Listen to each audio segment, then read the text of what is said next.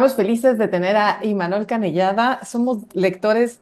Hijo, yo creo que hemos leído pues, prácticamente toda tu obra. Bueno, al La, menos hemos leído 5 novelas, 4 novelas. la primera entrevista fue de Tardarás un rato en morir. Ajá. Sí, así De es. ahí para acá. Y de ahí para acá, y Sí, somos sí. grandes fans de la Sí. literatura de Tenemos, Imanol. Y bueno, Jorge Alberto, por ahí espero que tengas el libro para que lo muestres. Ah, lo tengo, pero más allá y no alcanzo. Uy, bueno, pues entonces diles cómo se llama. yo lo Bueno, muestro, yo lo muestro. Yo lo muestro. ahorita que preguntes tú, me hago a un lado.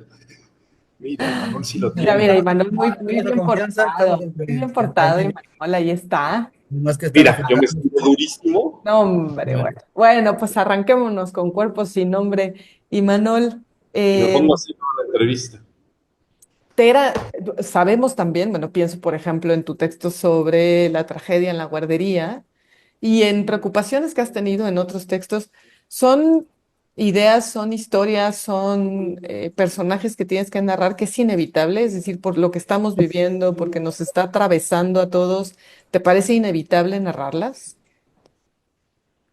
bueno, no sé si inevitable. Bueno, primero agradecerles muchísimo por el espacio, agradecerles por todos estos años de conversar sobre literatura, de ida y vuelta, también sobre la obra de Jorge Alberto, que también hemos hablado y hemos presentado. Entonces, bueno, muchísimas gracias por todo este tiempo de amistad y de plática sobre libros. No sé si inevitable, al final uno elige, ¿no? Y yo elegí desde muy al principio, cuando empecé a hacer novela negra, que es lo que hago especialmente, aunque he ido jugando con otras posibilidades y otros géneros y otros tonos, pero, pero yo elegí esto, elegí la literatura como una posibilidad de hablar de ciertas realidades que nos atraviesan en el plano de lo social, lo político, pero también creo que en el plano de lo íntimo, porque no está separado, ¿no? Es decir, cuando hablamos no sé, cuando contamos la tragedia de una mamá de la guardería ABC, también estamos contando algo muy personal y muy individual, aunque también es colectivo, es social y es político. Yo lo elegí. A mí me gustaría que sí, que la literatura sí tuviera este contenido político, que se manifestara abiertamente política, porque creo que durante mucho tiempo, como una estrategia también, a la literatura se la aisló, ¿no? Se la puso en un lugar muy elitista, en una torre de marfil, donde parecía que eso que se llama realidad, eso sucio que sucede alrededor de la literatura, no era y merecía contarse, ¿no? O por lo menos no con las estrategias que te da la literatura. Creo que en ese sentido ha cambiado mucho, ¿no? Ha cambiado mucho en México la situación. La misma realidad nos ha golpeado tan duro que la propia literatura ha reaccionado e incluso cada vez más hay un compromiso social político en contar realidades, no en hacer una literatura panfletaria, porque luego siempre se le ha tachado a este tipo de literatura de panfleto, ¿no? Y me parece que no. Simplemente es una necesidad, responder a una angustia, ¿no? Responder a una preocupación, responder a ciertas obsesiones, ¿no? Que nos atraviesan como escritores y que en este caso, en mi caso específicamente, tiene que ver con ciertos dolores, ciertos sufrimientos y ciertas violencias que suceden en este país. Antes de entrar directo a la novela, justo siguiendo por esta línea de lo político y del interés que tienes también en que la literatura lo sea, ¿qué pasa con la novela cuando estás haciendo ya la promoción? La novela ya está publicada, obviamente, pues ya está cerrada ya, y te topas y te brincan estas historias terribles como lo que está sucediendo en Jalisco. O sea, ¿qué le pasa al escritor por la cabeza? Híjole, fíjate que es difícil porque, de hecho, como parte de la promoción, pues, ustedes saben, ¿no? Entrevistas, etcétera, y hay como una visión un poco ingenua, ¿no? De decir, o sea, justo sacas la novela cuando pasa esto, ¿no? Como qué oportuno, ¿no? Espérate. Sí, la tenía Ah, que... O sea, los tiempos editoriales no funcionan así. Yo escribí esta novela hace 4 años, sí, sí, yo la escribí, la terminé, empecé en sí, 2021, la terminé. Hace 4 años escribí esta novela y por razones editoriales esperó un tiempo a salir publicada. Casualmente, cuando sale, sucede esto del Rancho Izaguirre, ¿no? El famoso Rancho Izaguirre. Entonces, bueno, primero es como esta sensación o esta insinuación que de pronto te dicen, uy, qué oportuno, ¿no? Dicen, no, no, espera. Comentario, uy, qué oportuno, sacas esta novela justo cuando pasa esto. Hay como una carga estrategia comercial.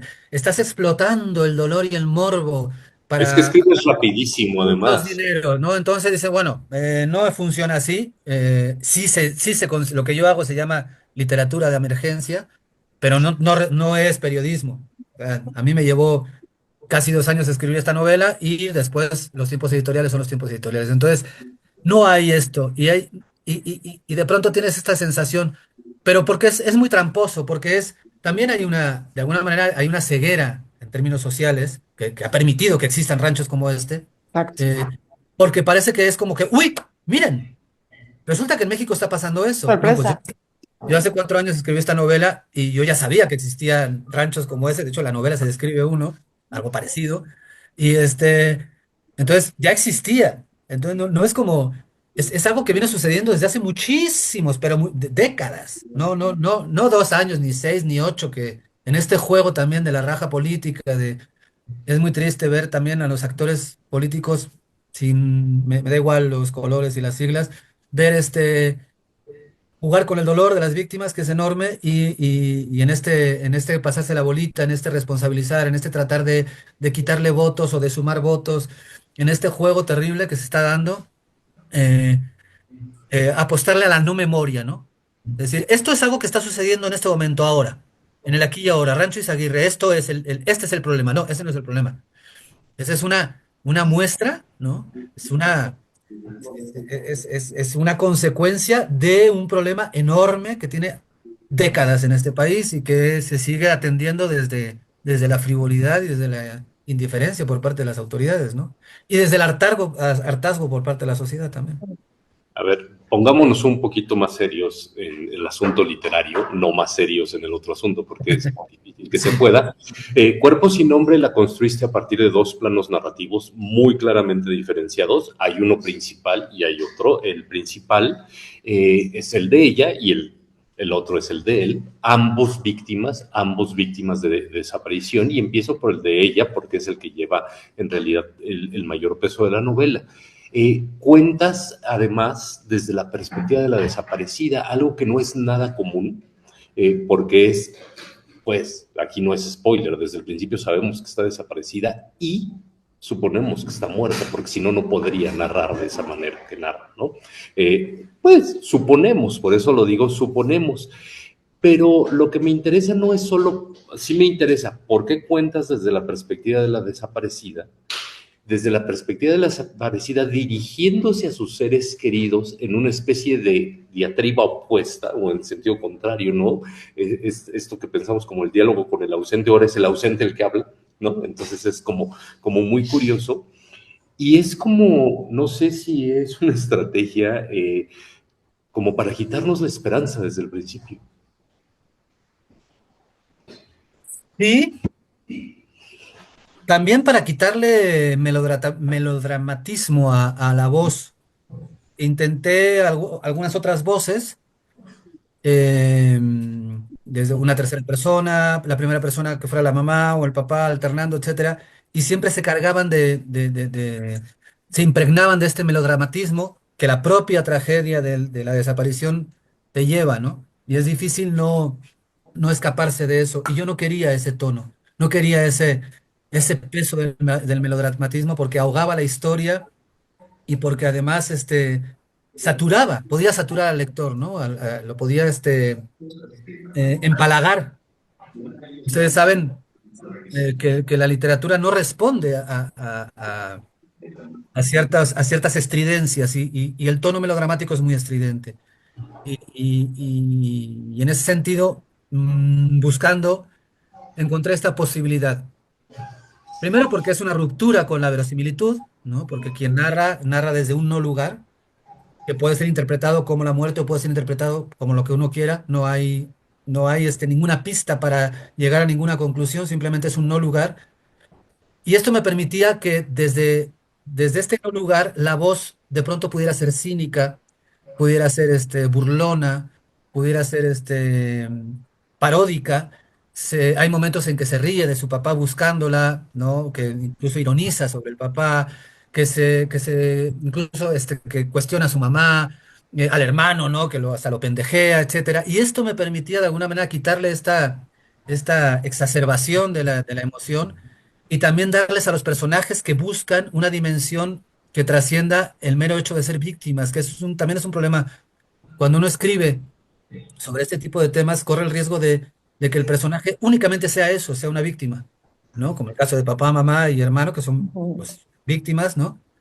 Y entonces esto también me permitía que fueran otras cosas, ¿no? Que fueran ridículos por momentos, que fueran entrañables, que fueran insoportables, que Claro. fueran, y de esta manera creo, o bueno, esa era la intención, complejizaba a los personajes al ser narrados desde esta perspectiva que se permite, porque si lo hace una voz en tercera persona, sería como una especie de falta de respeto, sería como una especie de insolencia por parte del narrador. De manera que al ser una primera persona y ser la de la desaparecida, esta insolencia, ¿no? O este desparpajo de pronto para narrar a su papá y burlarse de él o de su mamá, para recordar ciertos pasajes en las que retrata al papá, sale bastante mal retratado el papá de pronto en el pasado, etcétera. Todo esto se permite porque la voz, rompiendo totalmente la idea de verosimilitud, que de hecho desde el principio toda la novela rompe con la verosimilitud, no me interesa la verosimilitud, porque se convierte en una especie de primera persona omnisciente, lo cual es, desde de entrada ya es un contrasentido, ¿no? Pero me permitía eso, me permitía dar una dimensión a los personajes más allá de su propio victimismo, sin de alguna manera faltar el respeto al dolor que sienten, que pueden sentir una familia atravesada por una situación como esta, ¿no? Claro que además ahí eso es importante. Ella, esa voz, cuenta la historia de su familia, no cuenta su propia historia. La historia de desaparecidos es la de él. Ujú. Así es. Sobre él sí vamos viendo, con el pícaro renacido, que luego se transforma, sí vamos viendo cómo fue que lo desaparecieron, ¿no? Ujú. Y cómo se configura o cómo se puede llegar a configurar un desaparecido incluso en una leyenda o en un mito. Sí, este era totalmente, el juego era esto, los contrapesos. Por un lado es la búsqueda y la incertidumbre de la búsqueda, y por eso la voz, a pesar de ser la de la desaparecida, nunca habla de sí, ni de su destino, ni de lo que le pasa, porque se concentra en la angustia y en la incertidumbre de la búsqueda. Y por otro lado, el contrapeso, esta historia que atraviesa la novela, de manera secundaria, podemos decir, del desaparecido, es decir, de uno de los destinos de los desaparecidos. Cuidado, ¿no? Que sí quiero aclarar porque el tema de la desaparición en México es muy complejo, no solamente es un tema del crimen organizado. No solamente es un tema del crimen organizado, hay otros motivos por los que desaparecen las personas en México. Hablo de la desaparición forzada, ¿eh? Porque el propio Estado ejerce la desaparición forzada, porque las mafias de las tratas de personas ejercen la desaparición forzada. Este, entonces, bueno, pero sí me interesaba contar la otra parte, ¿no? La del desaparecido, pero contarlo desde una perspectiva también un poco este, el hecho de que el destino de este desaparecido, que al principio puede parecer muy trágico y luego también se vuelve absurdo, eh, era un poco también para romper con o sea, para sostener este tono de lo insólito, este tono de lo fantástico, de lo absurdo, de lo kafkiano, que me parece que atraviesa la novela todo el tiempo, a propósito, obviamente, ¿no? De manera intencional. Entonces, el hecho de que este desaparecido de pronto se convierta como una especie de mito de Santón, que regresa de un no lugar y que bueno, que consuela, ¿no? A los desaparecidos desde este no lugar que ha conocido, ¿no? Como si hubiese descendido al infierno, hubiese regresado, y eso lo capacita para dar consuelo, ¿no? En una, ambiguamente, porque hasta puede parecer como una especie de estafa, ¿no? Y por eso esos capítulos son el pícaro renacido, ¿no? Sí. Ese juego Platicando con periodistas, pienso en Daniela Rea, platicando con escritoras como Almadelia Murillo, que han también se han metido a investigar en el tema, es cierto que muchos familiares terminan enfermando, o sea, que muchos familiares terminan somatizando, muchas mamás terminan pues envueltas en temas mentales, evidentemente, pero también físicos, y esa somatización es muy interesante, es muy literaria, terriblemente literaria.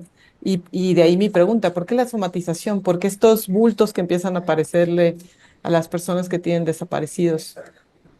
Pues la explicación que le doy es el deseo de hacer la metáfora hecha carne, ¿no? Porque esta metáfora que se utiliza mucho en la sociología, en el periodismo, incluso en la propia literatura, ¿no? El cuerpo social, la desaparición como una enfermedad del cuerpo social, etcétera, pues no deja de ser una metáfora que después de tantos años de usarla, porque por desgracia este problema nos atraviesa desde hace muchísimo tiempo, pierde fuerza, ¿no? Esta metáfora que trata de explicar, ¿no? A la sociedad como un cuerpo y a las violencias que se ejercen contra esta propia sociedad, como puede ser la desaparición forzada, como síntomas de una enfermedad, ¿no? Una enfermedad compleja que no terminamos de entender y que no tenemos además el antídoto ni la cura. Entonces, como la novela desde el principio me fue llevando por estos caminos de reventar la verosimilitud, de hacerla a un lado, de aparcar la racionalidad y la realidad en términos de mímesis, ¿no? De la mímesis que puede hacer la novela como género de la realidad y saltármela un poco. Se me ocurrió esto, se me ocurrió hacer la metáfora, convertirla en algo concreto y específico a partir de este juego de las licencias poéticas y crear a estos enfermos, a esta enfermedad que ataca a aquellos, e incluso hasta le invento un nombre, ¿no? El síndrome del familiar desaparecido, que también tiene que ver con el hecho del aislamiento social por el que pasan las Sí, sí, personas, sí. ¿no? Porque hay una serie de factores ahí. Primero, bueno, el hecho, se encuentran con este silencio de las autoridades, ¿no? Con esta indolencia, con este desprecio y esta indiferencia al problema, porque es muy fácil despreciar este problema. A diferencia de un homicidio, tú tienes un cadáver ahí, caliente, que incomoda a las autoridades, no sé, a diferencia de un secuestro, tú tienes a una persona normalmente de dinero que está desaparecida y por la que están pidiendo algo, y eso incomoda a las autoridades y los obliga a actuar. Con los desaparecidos no. Porque la respuesta es, no sabemos qué pasó, no está. Y lo mismo se fue con el novio, que es lo Exacto. que reciben las familias cuando se trata, por ejemplo, de chicas jóvenes, se fue con el novio, ¿no? Y Se si fue al es un otro lado muchacho para... ya de edad, pues se fue porque quiso, ¿no? O sea, Exactamente. no es un No, no es ya un se niño. fue de vago, ¿no? Esta es la respuesta que reciben. Entonces, es un delito que ni siquiera es considerado delito hasta que aparece. Y aparece o bien porque se le rescata de algún secuestro o bien porque aparece como cadáver. Pero mientras tanto, que pueden ser años, pueden ser décadas, no es un delito. Entonces es un silencio brutal. Pero también hay un silencio por parte de la sociedad porque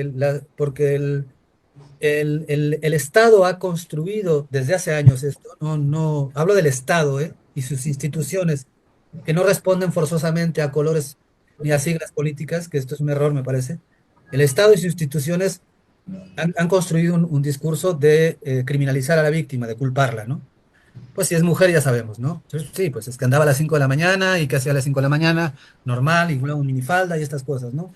Si es un muchacho, pues seguramente se fue con la maña, ¿no? Le sedujo, ¿no? Y se fue con el narco porque ya ves cómo es esto, ¿no? Porque escuchan Peso Pluma y entonces todos son narcotraficantes, etcétera. Este discurso, que funciona muy bien, nos lo hemos apropiado como sociedad para defendernos, para protegernos, para sentirnos de alguna manera seguros, porque si no, imagínense. Entonces, Claro. pensar que si mi hija no anda en minifalda y no sale a las 3 de la mañana, o mi hijo va a la escuela y regresa a casa, no le va a pasar esto, lo cual es falso. Pero esta idea hace que a las personas, a las familias que tienen un desaparecido, se convierten en sospechosas o se convierten en malas familias, en malas madres, en malos padres, en padres que permitieron que le pasara en el caso de los jóvenes, etcétera. Y esto hace que el silencio, el aislamiento, que es un poco el juego que hago, ¿no? O sea, al salirle estos abscesos se convierten en un peligro, ¿no? En un contagio, en la posibilidad de un contagio. Cuando escribí esa novela estaba presente la pandemia, creo que eso también me hizo como que llevar a ese terreno, ¿no? De la enfermedad física y del aislamiento a aquellos que son enfermos y que están atravesados por este problema que los convierte en parias sociales, ¿no? Los convierte en una amenaza, en algo incómodo, en algo que me molesta, ¿no? Entonces, bueno, y por eso juego revierto la metáfora que hacemos normalmente, en términos cotidianos, la revierto y la convierto en algo totalmente corpóreo, ¿no? Que Ujú. además es algo que me gusta mucho, los cuerpos en mi literatura siempre están ahí manifestándose de maneras secretosas y purulentas. Siempre mis cuerpos están ahí, ¿no? Ocupan un espacio físico fuerte en mi literatura en general. Es algo que mis cuerpos cagan y mean en mi literatura, no son abstracciones, ¿no?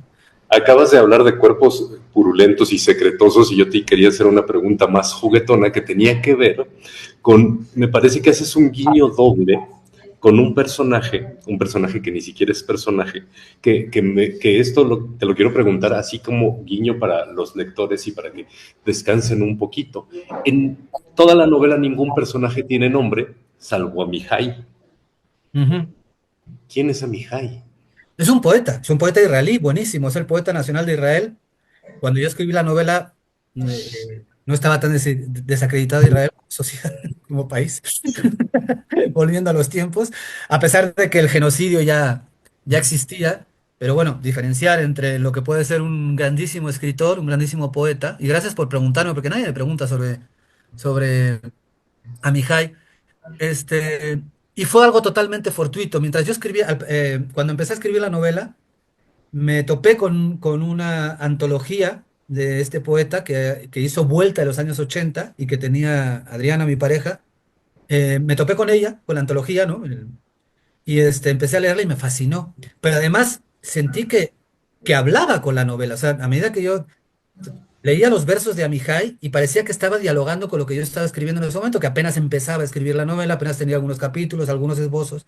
Y entonces fue así como que esta interlocución, este diálogo que se está dando entre el poeta que yo estoy leyendo y los personajes que están ahí, de alguna manera tengo que manifestar. Entonces, en gran medida fue responsable la lectura de los poemas de Amihai para ir creando a este pícaro renacido desde esta perspectiva mística y desde esta perspectiva un poco de futuro santón, de futuro iluminado, ¿no? Es muy responsable esta lectura que me topo justo cuando empezaba a escribir la novela y que de pronto me empieza a decir, ahí está, en estos versos hay muchas cosas que te están pasando en la novela y viceversa, ¿no? Entonces, fue así que se atravesó este poeta israelí maravilloso. Yo lo recomiendo muchísimo, más allá de lo que está sucediendo. Recordemos que es el gobierno de Netanyahu, ¿no? El que está haciendo este exterminio brutal y este genocidio en Palestina, y no son responsables todos los judíos, eh, por supuesto que no.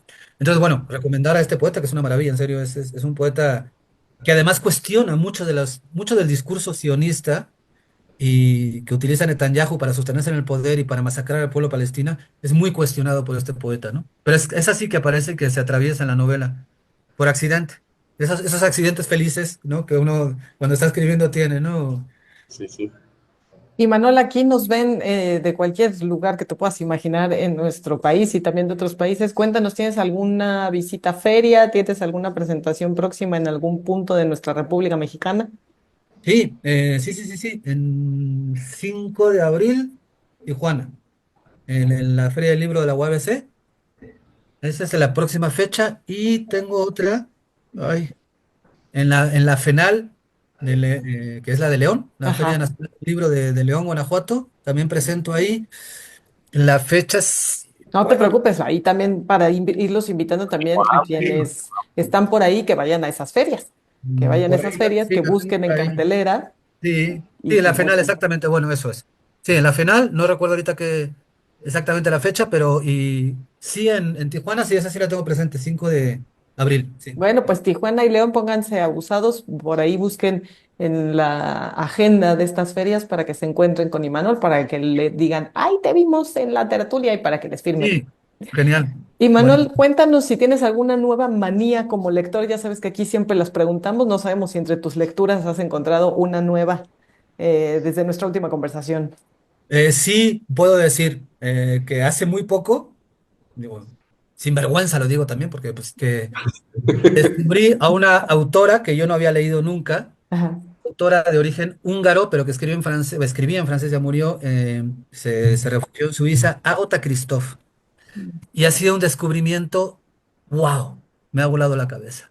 Agota Christoph, su trilogía sobre Lucas y Klaus, que Jota. son 3 novelas breves, la verdad me parece una cosa maravillosa. Y es algo que yo reconozco sin pudor. ¡Qué Hace maravilla! pocos meses que la descubrí y leerla fue a medida porque de pronto llega un momento que a veces te saturas, ¿no? Estás lee y lee y lee y hay muchas cosas que te pueden agradar, te pueden gustar, pero que no te sorprenden o que no te sacuden, ¿no? Simplemente, bueno, aprecias las virtudes de lo que estás leyendo, reconoces aquello que igual no te convence del todo, etcétera, pero no deja de ser una lectura placentera, una lectura que te deja ciertas cosas. Pero leer a Agatha Christoph fue así como sentir que era un lector nuevo otra vez, que descubría, ¿no? Que iniciaba en el Eso camino de se la siente muy lectura bien. y Sí. eso es muy padre, ¿no? Es algo que no es fácil y me pasó con esta autora que yo obviamente había escuchado hablar de ella, etcétera, pero nunca había leído y ha sido una experiencia verdaderamente reveladora, sí. Ujú. Pues una manía compartida con Jorge Alberto, ahí está, y una recomendación aquí en la tertulia, entonces ya, todo junto con la Agota última Christoph, intervención de Jorge Imanol. Alberto, ¿te gusta mucho también? Me gusta mucho, sí, sí. Me sorprende que todavía hayas conseguido la trilogía. Creí que ya no era sencillo. Los libros del asteroide, Ajá, sí, sí. carísima, carísima. Carísimos. Sí, sí. Una Bueno, mentada de Imanol, madre. pues te agradecemos mucho como siempre que sigas No, siendo un al contrario. contertulio y que nos regales estos momentos y que nos regales las novelas, aunque se necesite panza y estómago, es una maravilla y una delicia leerte. Gracias, Gracias, Imanol. muchas gracias. No, gracias Un a usted. abrazote. Un abrazo grande. Gracias. Bye Bye, bye. bye. Bye.